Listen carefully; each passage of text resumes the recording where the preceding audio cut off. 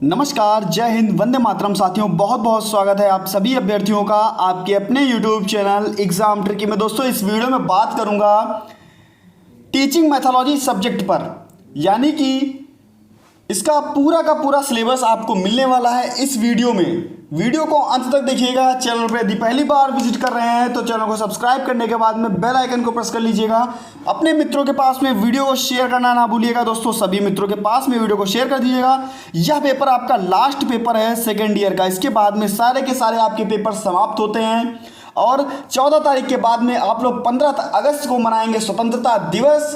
और उस दिन आप अपने सेकेंड ईयर के, यानी कि जो आपका डीएड स्पेशल एजुकेशन है, इससे आपको स्वतंत्रता भी वहां से आपको मिल जाएगी।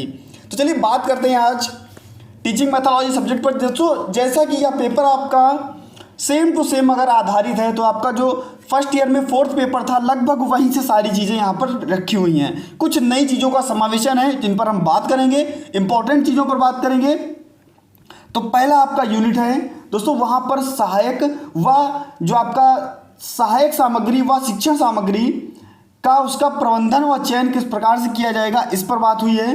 तो सहायक शिक्षण सामग्री पर हम पहले बात करेंगे और शिक्षण सामग्रियां आपकी कौन कौन सी होती हैं, इन सभी चीज़ों पर बात होगी। तो सबसे पहले सामग्री व शिक्षण तकनीकी। तो दोस्तों, इसके अंतर्गत क्या होगा आपका सामग्री व शिक्षण तकनीक के अंतर्गत शिक्षण तकनीकों का चयन उद्देश्यों के आधार पर करता है, यानी कि क्या उद्देश्य है चीज़ों को पढ़ाने का, उसके आधार पर ही शिक्षण तकनीकों का चयन किया जाता है। नेक्स्ट आपका शिक्षक तकनीकी में शिक्षक सूक्ष्म आयामों को अपनाता है, यानी कि छोटे छोटे टुकड़ों में तोड़ करके चीज़ों को सिखाता है तो बच्चे अच्छे से सीखते हैं। सूक्ष्म आयामों से सिखाता है, सूक्ष्म आयामों को अपनाता है। नेक्स्ट हम बात करते हैं शिक्षण तकनीक में व्यवहारों तथा संबंधों को विशेष महत्व दिया जाता है और मापदंडों का उद्देश्य जो होता है वह प्रगति के लिए होता है, यानी कि जो शिक्षण तकनीकी है उसका जो मापदंड का उद्देश्य होगा वो क्या होगा दोस्तों, बच्चों की प्रगति के लिए होगा। आगे हम बात करते हैं शिक्षण तकनीक में शिक्षण समस्त अधिगम परिस्थितियों को उत्पन्न करने का प्रयास करता है और शिक्षण तकनीक का प्रयोग अनुभवी शिक्षक आधुनिक व्यवस्था एवं परिस्थितियों को उत्पन्न करने का प्रयास करते हैं। दोस्तों, सहायता व ज्ञान प्राप्ति होती है, ये सभी आपके शिक्षण के अंतर्गत आ जाते हैं। जो शिक्षण तकनीकियाँ होती है उसके अंतर्गत आ जाती हैं ये सभी चीज़ें। अब हम बात करेंगे दृष्टि सामग्री, श्रवण सामग्री और दोनों चीज़ें, यानी कि दृश्य श्रव्य दोनों चीज़ें सामग्री। तो सबसे पहले हम बात कर लेते हैं दृष्टि सामग्री पर, यानी कि आपकी विजुअल एड्स। तो इसमें क्या होगा, आपका श्याम पट होगा जिसको आप ब्लैक बोर्ड बोलते हैं, चुंबकीय पटल होगा, प्रदर्शन पटल होगा, चित्र होगा, ग्राफ होगा, फ्लैश कार्ड्स होंगे, वास्तविक वस्तुएं होंगी, मानचित्र होंगे। तो ये सभी आपके, और चलचित्र होगा, ये सभी आपके दृष्टि सामग्री के अंतर्गत आ जाएंगे। दूसरा आपका श्रवण सामग्री, यानी कि हेयरिंग एड्स के बारे में। तो आपका टेप रिकॉर्डर हुआ, ग्रामोफोन हुआ, भाषा प्रयोगशाला हुई, रेडियो हुआ, ये सभी आपकी दृश्य सामग्री के अंतर्गत आएंगी।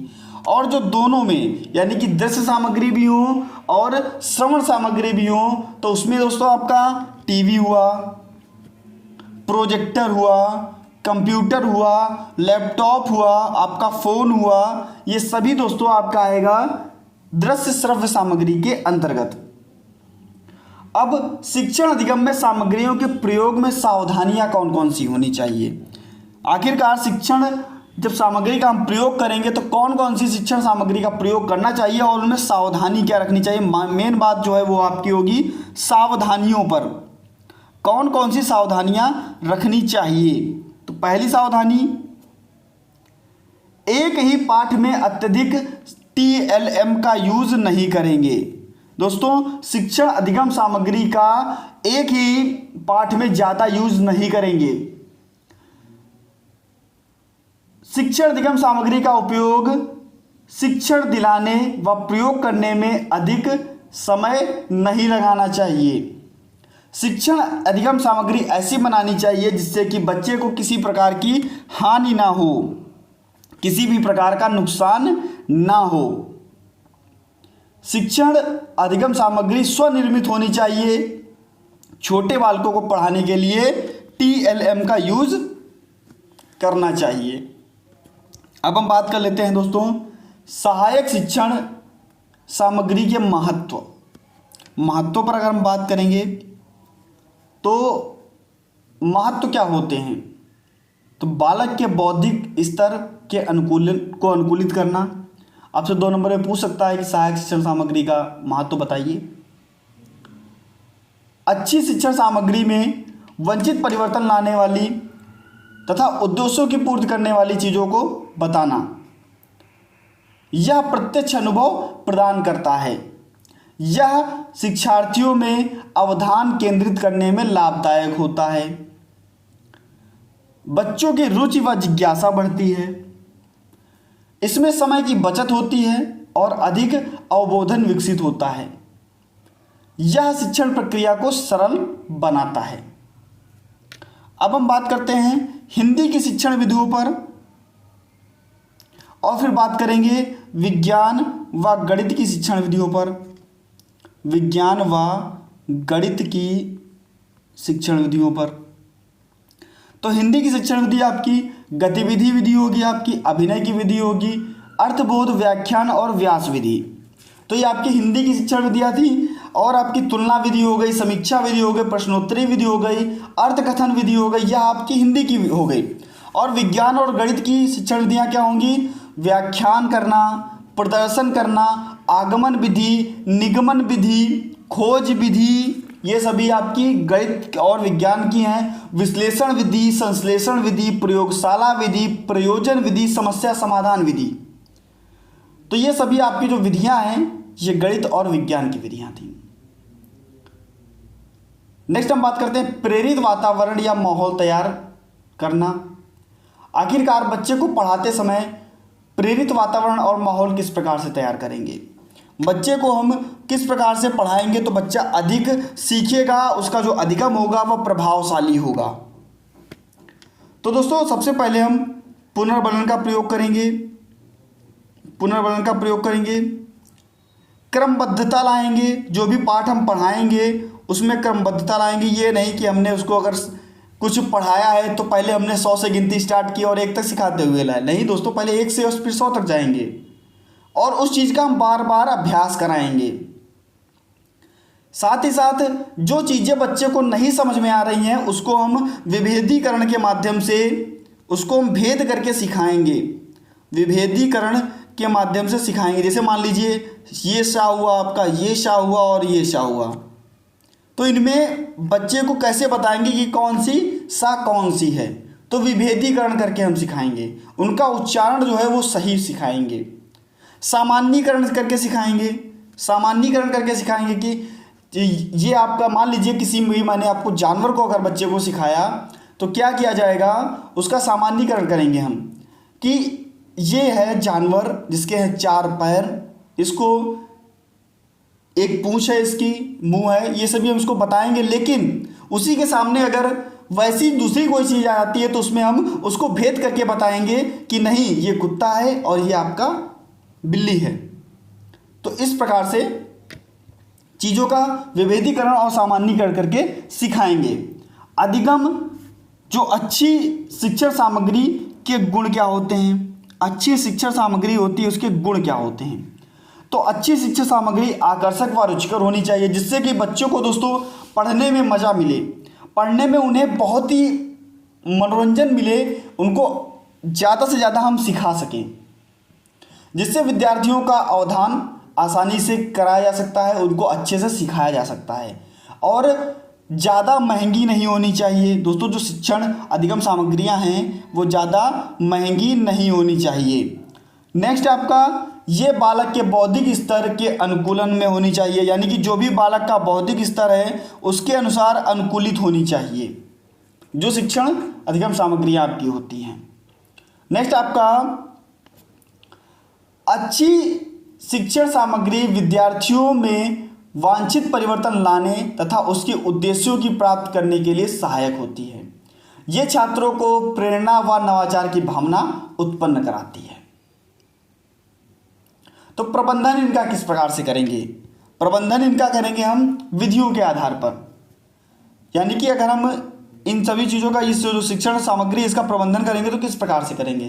किसी भी विषय को प्रभावशाली रूप से पढ़ाया जाता है और तब उसे पढ़ाने के लिए सही शिक्षण विधियों का प्रयोग किया जाता है। सही विधियों का प्रयोग किया जाता है। जैसे अगर हम सामाजिक विज्ञान पढ़ा रहे हैं तो हम सामाजिक विज्ञान की शिक्षण विधियाँ बताएंगे। अगर हम विज्ञान व गणित पढ़ा रहे हैं तो विज्ञान व गणित की शिक्षण विधियाँ बताएंगे। अगर हम हिंदी और अंग्रेजी पढ़ा रहे हैं तो बच्चे को हिंदी और अंग्रेजी की शिक्षण विधियाँ बताएंगे। तो इस प्रकार से प्रबंधन कराया जा सकता है। नेक्स्ट हम बात करते हैं कक्षा पर्यावरण का प्रबंधन। दोस्तों मोस्ट इंपॉर्टेंट लगाइएगा, कक्षा प्रबंधन या मैनेजमेंट जो मैनेजिंग द क्लासरूम इन्वायरमेंट, किस प्रकार से हम कक्षा में अपना जो पर्यावरण होता है, किस प्रकार से कक्षा में पर्यावरण का प्रबंधन करेंगे जिससे कि बच्चा अच्छे से पढ़ सके। तो दोस्तों हमेशा हमको याद रखना चाहिए कि कक्षा जो होनी चाहिए वह शोर रहित होनी चाहिए। बच्चे शोर नहीं करने चाहिए, बच्चे को इधर उधर बातें नहीं करनी चाहिए। और उन बातें ना करने के लिए अगर बच्चे बातें ना करें तो हमको ऐसी शिक्षण सामग्री और ऐसे अधिगम का प्रयोग करना होगा जिससे कि उनको आकर्षण मिले, जिससे कि वे उन्हीं चीज़ों पर ध्यान दें, बात पर उनका ध्यान ना जाए। सभी बच्चों को हम ध्यान देंगे, ऐसा नहीं है कि दोस्तों हम केवल आगे बच्चों पर ही ध्यान दे रहे हैं, जो पीछे बैठे हैं बच्चे उन पर भी हमको ध्यान देना है। कक्षा कैसी होनी चाहिए दोस्तों? कक्षा होनी चाहिए प्रकाश युक्त और हवादार कक्षा होनी चाहिए। कैसी दोस्तों? प्रकाश युक्त व हवादार कक्षा होनी चाहिए। कक्षा के व्यवहार को व्यवस्थित करने की दृष्टि से जो बैठक व्यवस्था है वो अच्छी होनी चाहिए। जो भाषा का प्रयोग हो रहा है, जिस भाषा का प्रयोग हो रहा है बच्चे उसको अच्छे से समझ सकें, ऐसी भाषा का प्रयोग होना चाहिए। कक्षा में जो घड़ी है वह कैलेंडर है, समय सारणी है, जिसको हम टाइम टेबल बोलते हैं, वो उसकी उचित व्यवस्था होनी चाहिए। और जो शिक्षक की वाणी होनी चाहिए वह अच्छी होनी चाहिए, बच्चे को समझ में आने वाली होनी चाहिए, बिल्कुल स्पष्ट होनी चाहिए। कक्षा में खड़े होकर के पढ़ाना चाहिए, ना कि बैठ करके। शिक्षण के दौरान आपको चलते रहना चाहिए, यानी कि जो शिक्षक है उसको शिक्षण के दौरान चलते रहना चाहिए। नेक्स्ट हम बात करते हैं आवाज़ में प्रवाहिता होनी चाहिए। ऐसा नहीं कि शिक्षक रुक रुक के पढ़ा रहा है, उसके जो आवाज़ है उसकी में प्रवाहिता होनी चाहिए, उसको लय से पढ़ाना चाहिए और अपनी रुचियों व अभिरुचियों को बच्चों से बांटते रहना चाहिए।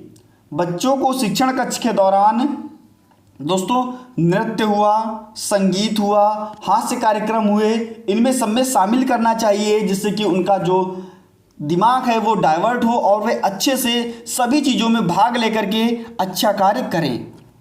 आगे मैं बात करता हूँ, ये सभी कक्षा में चीज़ें होनी चाहिए और कक्षा में माहौल जो होना चाहिए वो उबाऊ ना हो, यानी कि बच्चे को बिल्कुल और बिल्कुल उबाऊ महसूस ना हो, वे अच्छे से काम कर सके। प्रतियोगी परीक्षाओं का आयोजन करना चाहिए। प्रतियोगी परीक्षाओं का आयोजन करने से क्या होगा? बच्चा एक दूसरे से स्पर्धा की भावना रखेगा और क्या होगा दोस्तों, एक दूसरे के साथ मिल करके जब कार्य होगा, प्रतियोगिताएं होंगी तो बच्चा अच्छे से सीखेगा। आगे हम बात करते हैं संप्रेषण। बात होती है कम्युनिकेशन की और कम्युनिकेशन आपसे परिभाषा भी पूछी जा सकती है। तो दोस्तों संप्रेषण की जो शब्द की उत्पत्ति होती है, जो संप्रेषण आपका है कि जिसको हम बोलते हैं कम्युनिकेशन, संप्रेषण शब्द की जो उत्पत्ति होती है कम्युनिकेशन शब्द से होती है, जिसका तात्पर्य होता है कि सामान्य संप्रेषण एक ऐसी प्रक्रिया है जिसके द्वारा व्यक्ति समान अभिवृत्तियों एवं इच्छाओं, आदर्शों, सूचनाओं का आदान प्रदान करता है। इसकी डेफिनेशन देख लीजिए। क्रच के अनुसार क्या इन्होंने कहा, किसी वस्तु के विषय में सामान्य या सहभागी ज्ञान की प्राप्ति के लिए प्रतीकों का उपयोग करना ही संप्रेषण है। और एंडर्स के अनुसार, एंडर्स ने क्या कहा, संप्रेषण एक गत्यात्मक प्रणाली है जिसमें व्यक्ति चेतन अथवा अचेतन, दूसरों के संज्ञानात्मक ढांचे, सांकेतिक आदि रूप में उपकरणों या साधनों के द्वारा प्रभावित करता है। आवश्यकताएं, आखिरकार संप्रेषण की आवश्यकताएं क्या होती हैं, क्यों हम संप्रेषण करते हैं। लगभग सभी व्यक्ति संप्रेषण करते हैं, सभी व्यक्ति कम्युनिकेशन करते हैं, और कक्षा में संप्रेषण भी किया जाता है, बाहर भी संप्रेषण किया जाता है, मतलब हर जगह संप्रेषण के माध्यम से ही हम लोग कार्य करते हैं। जो शिक्षण अधिगम सामग्री प्रक्रिया है उसको प्रभावशाली बनाने के लिए हम संप्रेषण अति आवश्यक होता है या इसकी आवश्यकता है। बिना संप्रेषण के शिक्षण प्रक्रिया अर्थविहीन होती है, यानी कि अगर हम कम्युनिकेशन नहीं करेंगे, संप्रेषण नहीं करेंगे, तो जो शिक्षण प्रक्रिया है, जो शिक्षण की प्रक्रिया है वह अर्थविहीन होगी। संप्रेषण के द्वारा शिक्षक एवं शिक्षार्थी आपस में विचारों का आदान प्रदान करते हैं, अतः अधिगम और शिक्षण दोनों एक दूसरे के पूरक होते हैं। शिक्षण के बारे में हर्बर्ट जी ने क्या कहा, हर्बर्ट जी ने जो आपका कम्युनिकेशन, इसके बारे में क्या कहा, उच्चतर शिक्षण का मुख्य कार्य विचारों, तथ्यों और सूचनाओं को शिक्षार्थी तक पहुंचाना है। और संप्रेषण को इन्होंने जिन प्रकारों में बताया, पहला प्रकार बताया मनुष्यों की ज़रूरत के लिए संप्रेषण किया जाता है, सूचनाओं को प्राप्त करने के लिए संप्रेषण किया जाता है, व्यक्तिगत संबंध को बनाने के लिए संप्रेषण किया जाता है, मनोरंजन के लिए संप्रेषण किया जाता है। डिकोडिंग, और अब हम बात कर लेते हैं दोस्तों डिकोडिंग पर और इनकोडिंग। ये दो चीज़ें क्या होती हैं, डिकोडिंग और इनकोडिंग।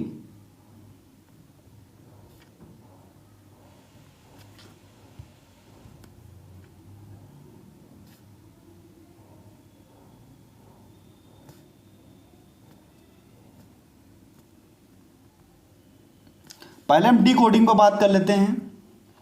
यह वह प्रक्रिया जिसमें संदर्भ संदेश ग्रहण करने वाला एक व्यक्ति दूसरे स्रोतों से ग्रहण प्रतीकों की व्याख्या करता है, यह होता है आपका डिकोडिंग। और इनकोडिंग क्या होता है, यह वह प्रक्रिया है जिसमें किसी विचार की भावना की अभिव्यक्ति के लिए संकेतों का उपयोग किया जाता है, यह आपका इनकोडिंग हुआ। अब हम बात करते हैं संप्रेषण की प्रक्रिया का रखरखाव। संप्रेषण की प्रक्रिया का रखरखाव, तो दोस्तों यह क्या होता है, संकेत दोस्तों संदेश के माध्यम से और संकेत के माध्यम से हम इसका रखरखाव कर सकते हैं। संदेश के माध्यम से क्या होता है, यह एक उद्दीपक का कार्य करता है और संदेश विभिन्न रूपों में किया जा सकता है, दिया जा सकता है। जैसे मौखिक रूप में हम संदेश दे सकते हैं, लिखित रूप में हम संदेश दे सकते हैं, पोस्टर लगा के हम संदेश दे सकते हैं, इशारों से हम संदेश दे सकते हैं, चार्ट के माध्यम से संदेश दिया जा सकता है, नमूना या सूचना के रूप में संदेश दिए जा सकते हैं। संकेत क्या होता है दोस्तों, यह वह प्रतीक है जिसमें किसी अन्य वस्तु का प्रतिनिधित्व करते हैं। ये संकेत शाब्दिक या अशाब्दिक हो सकते हैं, यानी कि शब्दों के माध्यम से भी हम दे सकते हैं संकेत और बिना शब्दों के माध्यम से भी हम संकेत दे सकते हैं। संप्रेषण की मुख्य विशेषताएं पढ़ लीजिएगा, थोड़ा गुण भी देख लीजिएगा। सूक्ष्म शिक्षण, दोस्तों इसके बारे में, सूक्ष्म शिक्षण के बारे में पूरी की पूरी वीडियो अपलोड की गई है सूक्ष्म शिक्षण की, और मैं इस वीडियो को आपको शेयर कर दूंगा आपके टेलीग्राम ग्रुप पर, और जितने भी हमारे पास व्हाट्सएप ग्रुप हैं वहाँ पर मैं शेयर कर दूंगा। सूक्ष्म शिक्षण एलन ने दिया था, और इन्होंने क्या परिभाषा दी थी, एलन ने क्या परिभाषा दी सूक्ष्म शिक्षण के बारे में, क्या कहा, सूक्ष्म शिक्षण सभी प्रकार की शिक्षण सामग्री क्रियाओं को छोटे छोटे भागों में विभक्त करता है, ऐसा कहा था एलन जी ने। और डीवी यंग जी के अनुसार, किसके अनुसार, डीवी यंग जी ने क्या कहा था, डीवी यंग जी ने कहा था सूक्ष्म शिक्षण एक ऐसा उपाय है जो अनुभवी एवं अनुभवहीन दोनों प्रकार के अध्यापकों को शिक्षण में परिमार्जन करने का मौका प्रदान करता है। उद्देश्य क्या होते हैं सूक्ष्म शिक्षण के उद्देश्य, अभी हम इसके बाद वृहद शिक्षण पर भी बात करेंगे जिसको माइक्रो टीचिंग करते हैं, और सूक्ष्म शिक्षण को क्या कहते हैं, माइक्रो टीचिंग। तो उद्देश्य बात करते हैं सूक्ष्म शिक्षण के। तो सूक्ष्म शिक्षण क्या होता है? अध्यापक प्रशिक्षुओं को नए शिक्षण कौशल नियंत्रित करने और परिस्थितियों को आत्मसात करने के लिए योग्यता प्रदान करता है। यह अध्यापक प्रशिक्षु यानी कि जब आप डीएड कर रहे थे तो आपको क्लास में टीचिंग कराई जाती थी और आप लोग अध्यापक प्रशिक्षु थे एक, तो आप लोगों के लिए सूक्ष्म शिक्षण बहुत ही आवश्यक था। सूक्ष्म शिक्षण अध्यापक प्रशिक्षुओं को कई नई कौशलों का जो नए कौशल हैं उनका प्रयोग करने के लिए प्रेरित करता है और विश्वास के योग्य बनाता है। किसके दोस्तों? विश्वास के योग्य बनाता है, नए कौशलों का विकास करना सिखाता है। चक्र क्या होता है? सूक्ष्म शिक्षण का चक्र क्या होता है? इसका चक्र होता है, पहले हम योजना यानी कि पहले हम लेसन प्लान बनाते थे, उसके बाद में हम उसका शिक्षण करने जाते थे क्लास के अंदर, और शिक्षण करने के बाद में हमको जो हमारा टीचर होता था वो करता था पृष्ठ पुष्टि, यानी कि जो भी कमियां होती थी बताता था, जो भी चीज़ें होती थी बताता था, उनमें हम सुधार करते थे, यानी कि फिर से हम योजना बनाते थे, पुनर्योजना बनाने के बाद में फिर हम पुनः शिक्षण कराते थे, फिर से शिक्षण कराते थे और फिर से हमें प्रतिपुष्टि दी जाती थी, फिर से हमारा मूल्यांकन किया जाता था। तो इस प्रक्रिया को करने में जो समय लगता है वो सूक्ष्म शिक्षण के अंतर्गत आता है। इसमें हम श्याम पट्ट पर लिखना, प्रश्न पूछना, छात्रों के प्रति उत्तर देना, शाबाशी देना, विशेष सामग्री का प्रयोग करना, कार्यक्षेत्र ग्रहण कार्य, ये सब चीज़ें जो हम लोग क्लास के अंदर क्लासरूम एक्टिविटीज़ के अंदर कराते थे बच्चों को लेसन प्लान कराते समय, वे सभी चीज़ें आ जाती हैं। विशेषताएं पढ़ लीजिएगा, दोष भी पढ़ लीजिएगा। और वृहद शिक्षण क्या होता है? वृहद शिक्षण क्या होता है?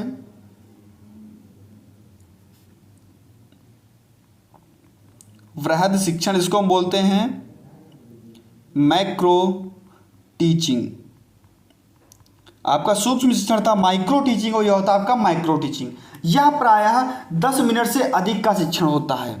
यह 10 मिनट से अधिक का शिक्षण होता है जिसमें एक नई धारणाओं को प्रस्तुत किया जाता है, साथ ही साथ अलग अलग से जोड़ करके कौशल व नए नए शब्दों को प्रस्तुत किया जाता है। वृहद शिक्षण जब कोई व्यक्ति अपना, कह सकते हैं कि जब कोई व्यक्ति अपना शिक्षण कौशल कराता है या लेसन प्लान क्लास में कराता है तो इसका विकास कर रहा होता है। वृहद शिक्षण योजना के अंतर्गत पूरे वर्ष का लेखा जोखा तथा लंबी वर्तनी वाले शब्द सामग्री तैयार होती है। इसमें बालकों की मानसिक शक्ति विकास व का मूल्यांकन भी किया जाता है, जिसके अनुसार पाठ्य योजना बनाई जाती है। इसके हानि और लाभ क्या होते हैं तो उस पर देख लेते हैं। हानि व लाभ, वृहद शिक्षण के हानि व लाभ, लाभ व हानि। वृहद शिक्षण में प्रत्येक लोगों को यानी कि प्रत्येक शिक्षक को या प्रत्येक बच्चे को एक शिक्षक के द्वारा निजी सूचना प्रस्तुत करने का निर्देश देता है। यह लाभकारी जब होता है जब बच्चे अपना प्रदर्शन कर रहे होते हैं, और अगर नहीं करते हैं तो इसमें लाभकारी जो यह होता है थोड़ा कम हो जाता है, इसका स्तर जो होता है वो कम हो जाता है। वृहद शिक्षण एक शिक्षक के वे विचार होते हैं जिसमें विषय के उस लंबी अवस्था का प्रयोग किया जाता है और खर्च यहाँ पर की जो आवश्यकता होती है वो अधिक होती है। ये पाठ्यक्रम में लक्ष्यों को पूरा करने और साल जो पूरा करने के लिए 1 साल का पूरा समय यहाँ पर दिया जाता है।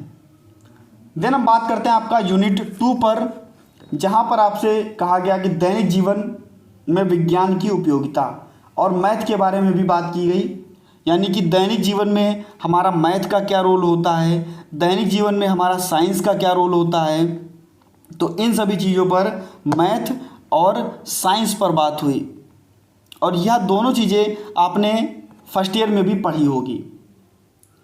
मैथ क्या होता है दोस्तों? जितनी भी चीज़ें हमारी हैं, हम घर में रहते हैं, मैथ का यूज़ करते हैं। कितना किलो आलू लाना है, कितना दूध लाना है, ये सभी मैथ के अंतर्गत आते हैं। दूध में कौन सी विटामिन होती है, आपका साइंस में पहुंच गया। मानव जीवन का प्रत्येक क्षेत्र मैथ और साइंस से घिरा हुआ है कह सकते हैं, जिसमें हम संचार के क्षेत्र में भी घिरे हुए हैं। संचार का क्षेत्र, आप फ़ोन से वीडियो को देख रहे हैं, आप लैपटॉप पर वीडियो को देख रहे हैं, टेलीविज़न पर वीडियो को देख रहे हैं, रेडियो, ये सभी संचार के क्षेत्र हैं। यातायात के क्षेत्र, अगर विज्ञान ना हो तो यातायात के जो क्षेत्र है वो क्या संभव है? साइकिल है, स्कूटर है, ट्रक है, रेलगाड़ी है, वायुयान है, अंतरिक्ष यान है, ये सभी दोस्तों क्या है? आपकी यातायात के क्षेत्र हैं, जिसमें मैथ और साइंस का प्रयोग होता है। चिकित्सा के क्षेत्र में आपका कैंसर का इलाज हुआ, टीबी का इलाज हुआ, हृदय रोग का इलाज हुआ, जितनी भी चिकित्साएं होती हैं, एक नॉर्मल बुखार या कोविड तक जिसकी वैक्सीन हम लोगों ने ली है, तो दोस्तों यह सब चिकित्सा के क्षेत्र में आते हैं। शिक्षा के क्षेत्र में टेलीविज़न का यूज़ किया जाता है, रेडियो का यूज़ किया जाता है, प्रोजेक्टर का यूज़ किया जाता है। कृषि के क्षेत्र में भी, यहाँ तक कृषि के क्षेत्र में भी विज्ञान और जो आपका मैथ हुआ इसकी बहुत उपयोगिता होती है। अब मान लीजिए 1 हेक्टेयर में आपको कितना गेहूं बोना है। ऐसे मान लीजिए कि जो कीटनाशक दवाएं पड़ेंगी वो 1 बीघे में कितनी पड़ेंगी। दैनिक जीवन में हम फ्रिज का यूज़ करते हैं, लाइट का यूज़ करते हैं, एसी का यूज़ करते हैं, पंखे का यूज़ करते हैं। ये सभी में क्या है दोस्तों? आपका विज्ञान और जो मैथ है बहुत उपयोगी है। परमाणु शक्ति के क्षेत्र में आधुनिक युग में तो सभी के पास परमाणु बम हो चुके हैं। अब तो हमारा पड़ोसी देश भी कहता है, पाकिस्तान भी कहता है हम बम डाल देंगे। तो इसका मतलब ये थोड़ी ना है कि परमाणु के क्षेत्र में हम उससे कम हैं। तो यहाँ पर क्या हमारे पास जो वैज्ञानिक हैं वो उच्चतम हैं, जो उन्होंने गणित लगाई, परमाणु संयंत्र जो बनाए वो काफ़ी उम्दा बनाए, अच्छे बनाए। तो इस पर भी इसका प्रयोग किया जाता है। भवन निर्माण में भी कितना मंजिला मकान हमको बनाना है, कितनी सीमेंट की बोरी आएंगी, तो कितना रेशियो पढ़ना है, तो ये सभी चीज़ें आपकी मैथ और साइंस के अंतर्गत ही आती हैं। लॉक ने क्या कहा दोस्तों? लॉक ने कहा कि गणित वे मार्ग है जिसके द्वारा बच्चों के मन व मस्तिष्क में तर्क करने की आदत स्थापित होती है। गणित के बारे में कहा इन्होंने। तो ये सभी चीज़ें जो थी आपको मैंने बताई। इसके बाद में ऑब्जेक्टिव्स ऑफ टीचिंग मैथ और मैथमेटिक्स एंड साइंस, इसको आप लोग पढ़ लीजिएगा। विज्ञान और गणित के जो ऑब्जेक्टिव्स होते हैं उनको पढ़ लीजिएगा। जैसे मान लीजिए गणित में क्या होता है, समस्या विधि को बढ़ावा दिया जाता है। गणित के समय जो तर्क शक्ति होती है उससे बच्चे अच्छे से सीखते हैं। गणित शिक्षण जो सामग्री है उसमें जितनी भी चीज़ें होती हैं सभी को तर्क के अनुभव से सिखाया जाता है। उद्देश्य क्या क्या होते हैं थोड़ा सा आप लोग पढ़ लीजिएगा स्वयं से भी। और वस्तु का व्यवस्थीकरण क्या होता है, यानी कि यूनिट 2.3 जो आपकी है, समस्या समाधान क्या होता है, तो इसको आप लोग पढ़ लीजिएगा। इंपॉर्टेंट है आप लोगों के लिए समस्या समाधान। और गणित में हम किस प्रकार से बच्चों को पढ़ाएंगे, किस प्रकार से हम गुणा सिखाएंगे, किस प्रकार से भाग सिखाएंगे, ये सभी चीज़ें आप लोगों ने फर्स्ट ईयर में पढ़ी हुई है बहुत अच्छी तरीके से, क्योंकि गणित का वहाँ पर भी आप लोगों के पास था। सामाजिक विज्ञान क्या होता है? समाज में चाहे वह आपका भूकंप हो, ज्वालामुखी हो, बाह्य शक्तियाँ जैसे राजनीतिक चीज़ें हो, आपकी बेरोजगारी हो, भुखमरी हो, ये सभी दोस्तों आपकी सामाजिक यानी कि सोशल साइंस के अंतर्गत ही आती हैं। हम क्या कर रहे हैं समाज में, हमारे समाज के साथ आपसी संबंध हैं वो कैसे हैं, हमारा समाज, हमारी संस्कृति कैसी है, तो ये सभी आपके सामाजिक विज्ञान के अंतर्गत आते हैं। क्षेत्र कौन कौन से होते हैं? सामाजिक अध्ययन क्षेत्र हुआ, प्रकृति विज्ञान क्षेत्र हुआ, और तात्कालिक घटनाएं उसका क्षेत्र हुई, ललित कलाएं क्षेत्र हुई। ललित कलाएं का मतलब क्या है कि हमारे राज्य में कौन सा संगीत चलता है, कौन सी संगीत कलाएं जो होती है वो प्रसिद्ध हैं। नाटक हमारे यहाँ कौन सा प्रसिद्ध है, पेंटिंग हमारे यहाँ कौन सी की जाती है, तो इन सब चीज़ों का विकास होता है।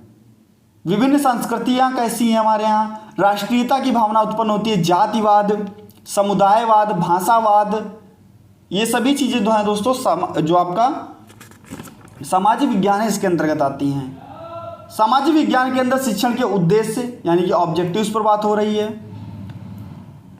शिक्षण उद्देश्य, पाठ्य सामग्री का उद्देश्य क्या रहेगा, इन सब चीज़ों को आप लोग केवल और केवल अपने मन में जाकर के एक बार पढ़िएगा, सब चीज़ें आपकी क्लियर हो जाएंगी।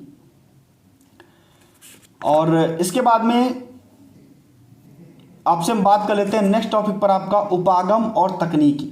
सामाजिक विज्ञान में उपागम और तकनीकी क्या क्या होते हैं, सामाजिक विज्ञान में उसका महत्व क्या होता है। पहले हम उपागम एवं तकनीक पर बात करेंगे, यानी कि techniques of reaching social science. शिक्षण तकनीकी वह प्रयोगात्मक विज्ञान है जो शिक्षण के क्षेत्र में विज्ञान के सिद्धांत एवं नियमों एवं वैज्ञानिक तकनीकी के आविष्कारों के द्वारा शिक्षण प्रक्रिया को प्रभावशाली बनाता है, उसे उचित दिशा प्रदान करता है। विशेषताएं क्या होंगी और महत्व क्या होंगे, विशेषताओं पर बात कर लेते हैं। शिक्षण तकनीकी प्रकृति वैज्ञानिक है, जिसमें सामाजिक विज्ञान और मनोविज्ञान के सिद्धांत व नियम तथा वैज्ञानिक तकनीकी का वस्तुनिष्ठ उपयोग कर शिक्षण को प्रभावशाली बनाया जाता है। शिक्षण तकनीकी वैज्ञानिक विश्लेषण करती है और स्मृति बोध तथा चिंतन के 3 स्तरों के भावात्मक, क्रियात्मक, ज्ञानात्मक लक्ष्यों को प्राप्त करने में सहायक होती है। ये पाठ्यवस्तु के स्वरूप और संप्रेषण की विधियों में तालमेल बिठाने में सहायक होती है और बच्चों को अधिक से अधिक सिखाने के लिए बहुत ही उपयोगी होती है। ऐसे ही हम बात कर लेते हैं नेक्स्ट आपके टॉपिक पर, यानी कि आप मृदा के बारे में, जो आपकी मृदाएं हैं, लाल मिट्टी हुई, पीली मिट्टी हुई, मरुस्थलीय मिट्टी हुई, मृदा के बारे में भी आपसे पूछा गया यूनिट 3.4 में।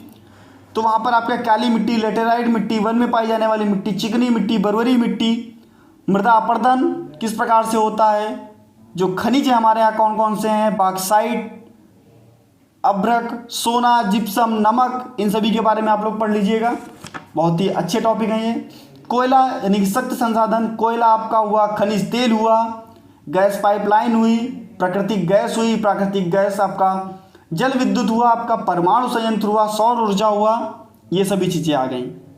बात होती है संविधान की। संविधान का निर्माण कब हुआ, सबसे पहले संविधान की बात किसने की दोस्तों, सबसे पहले सदस्य कितने थे संविधान में। लगभग हम 200 साल अंग्रेजों से गुलाम रहे, 200 साल अंग्रेजों से हम गुलाम रहे। भारत का जो अधिकार अधिनियम था 1935 में पारित हुआ। जो मेन पॉइंट्स हैं मैं उन पर बात कर रहा हूँ, केवल और केवल मैं पूरा आपको संविधान नहीं पढ़ा रहा, क्योंकि अगर मैं संविधान पढ़ाऊँगा पूरा तो संविधान पढ़ाने में 12 घंटे से 13 घंटे का समय लगेगा, सारी चीज़ें तब आपको क्लियर हो पाएंगी, क्योंकि बहुत बड़ा संविधान है। जब हर चीज़ को डिस्क्राइब किया जाएगा तो बहुत समय लगेगा। मेन बात है 14 जुलाई 1947 को संविधान जो था वो नेहरू जी ने तिरंगे के बारे में बताया, और तिरंगा जो आपका था वो 15 अगस्त 1947 को फहराया गया। बहुत बड़ा योगदान रहा डॉक्टर भीमराव अंबेडकर जी का, और उस समय जब संविधान पारित हुआ तो 389 सदस्य थे। 9 दिसंबर 1947 को मातृभाषा बताई गई हिंदी, और 2 साल 11 महीने 18 दिन का समय लगा। 284 जो सदस्य थे उनके हस्ताक्षर किए गए। 24 जुलाई 1950 को हमारा गणतंत्र दिवस लागू हुआ। हमारे संविधान में 6 मौलिक अधिकार, जिनमें से पहला समानता का अधिकार, स्वतंत्रता का अधिकार, शोषण के विरुद्ध का अधिकार, धार्मिक स्वतंत्रता का अधिकार, शिक्षा का अधिकार और संवैधानिक उपचारों का अधिकार। तो ये सब चीज़ें बताई गई संविधान में, और अच्छे से अगर आप पढ़ना चाहते हैं तो पढ़ लीजिएगा। आगे हम बात करते हैं अगले टॉपिक पर, और 2 चीज़ें हैं याद रखिएगा।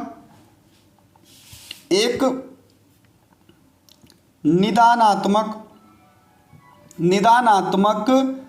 शिक्षण, निदानात्मक शिक्षण, और दूसरा आपका होता है उपचारात्मक शिक्षण, उपचारात्मक शिक्षण। तो दोस्तों यह क्या होता है, निदानात्मक शिक्षण और दूसरा आपका उपचारात्मक शिक्षण। निदानात्मक शिक्षण के अंतर्गत बच्चे के पिछड़ेपन का कारण ढूंढा जाता है। निदानात्मक शिक्षण में जिन कारणों से बच्चा पिछड़ा है उसका कारण ढूंढा जाएगा, उसकी सफलता क्यों नहीं उसको मिल रही, वो असफल क्यों हो रहा है, इसकी जानकारी प्राप्त की जाती है और उसका निदान किया जाता है निदानात्मक शिक्षण में। उपचारात्मक शिक्षण क्या होता है, बच्चे की कमियों का पता करने के बाद में उसका समाधान करना।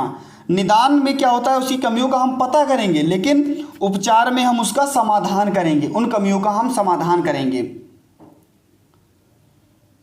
महत्व क्या होते हैं उपचारात्मक शिक्षण के, छात्रों की कठिनाइयों का निराकरण करने के लिए, छात्रों को विशेष शिक्षा प्राप्त करने के लिए, कमजोरी पर बल देने के लिए, यानी कि जो छात्र के अंदर कमजोरी है उस पर बल देने के लिए, और छात्र को रुचि प्रदान करने के लिए, जिससे कि वो अच्छे से पढ़ सकें, आगे बढ़ सकें और अपने जीवन में वो कुछ कर सकें।